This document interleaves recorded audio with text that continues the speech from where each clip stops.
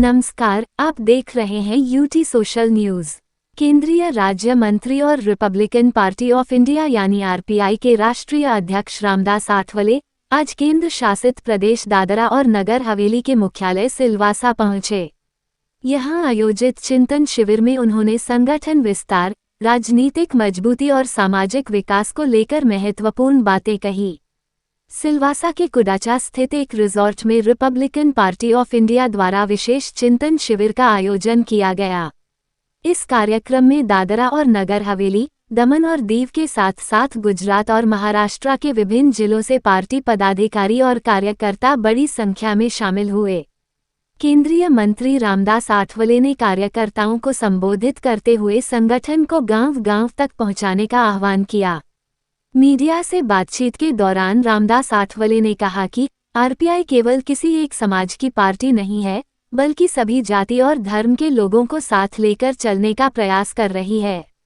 उन्होंने कहा कि यह डॉक्टर बाबा साहेब अम्बेडकर के विचारों और मिशन को आगे बढ़ाने की दिशा में एक महत्वपूर्ण कदम है। उन्होंने बताया कि पार्टी केवल राजनीतिक रूप से मजबूत बनने पर ही नहीं, बल्कि गरीब और जरूरतमंद लोगों के आर्थिक विकास पर भी काम कर रही है। साथ ही कार्यकर्ताओं को उद्योग और रोजगार के क्षेत्र में आगे बढ़ाने के लिए भी प्रयास किए जाएंगे।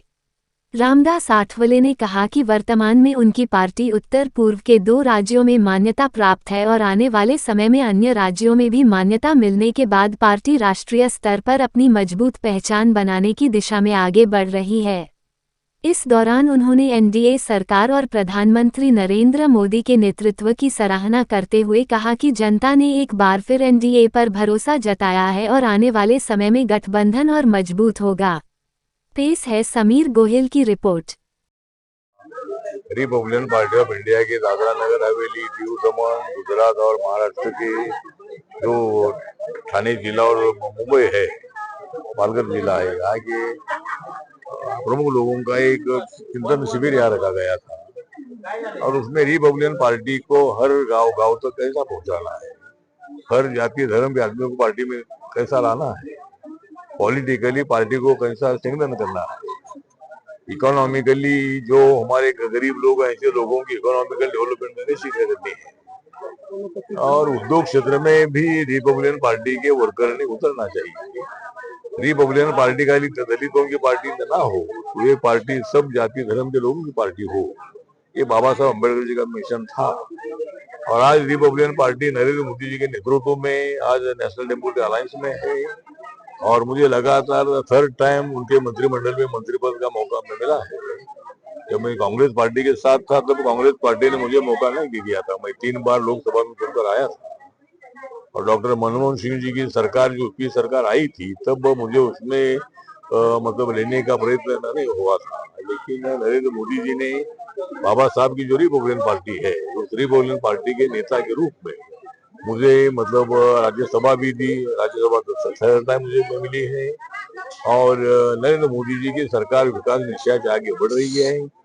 आप लोगों को मालूम है कि 2014 के लोकसभा के चुनाव में संविधान बदलेगा इसी तरह का गलत प्रचार राहुल गांधी जी और अमित ने किया था, उसमें हमारा काफी नुकसान हुआ था, लेकिन उसके बावजूद भी एनडीए की सरकार देश में आई थी।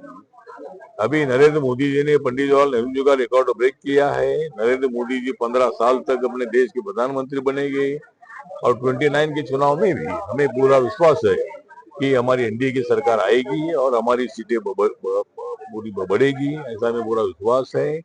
और इसी तरह मतलब रिपब्लिकन पार्टी ऑफ इंडिया को पूरे देश भर में पार्टी का गठन करने का मौका मिला है और अभी हमारी पार्टी 2 राज्यों में रिकॉग्नाइज है, नागालैंड और मणिपुर में, नॉर्थ ईस्ट में। अभी 2 छोटे राज्यों में अगर हमको मान्यता मिलती है तो रिपब्लिकन पार्टी भारत की 5वें नंबर की नेशनल रिकॉग्नाइज पार्टी होगी। तो इसके लिए हमारा प्रयत्न जारी है और रिपब्लिकन पार्टी ऑफ इंडिया एक जाति की पार्टी नहीं है, ये चाहे वो हिंदू हो, मुस्लिम हो, सिख हो, ईसाई हो, जैन हो, पारसी हो, बुद्धिस्ट हो, कोई भी जाति धर्म का आदमी हो, सबके लिए रिपब्लिकन पार्टी काम करती है। और आज सिलवासा में ये जो वर्कर का सम्मेलन हुआ है इसका फायदा जरूर यहाँ दादरा नगर हवेली में और दीव दमन में पार्टी बढ़ाने के लिए इसका अच्छा उपयोग हो सकता है।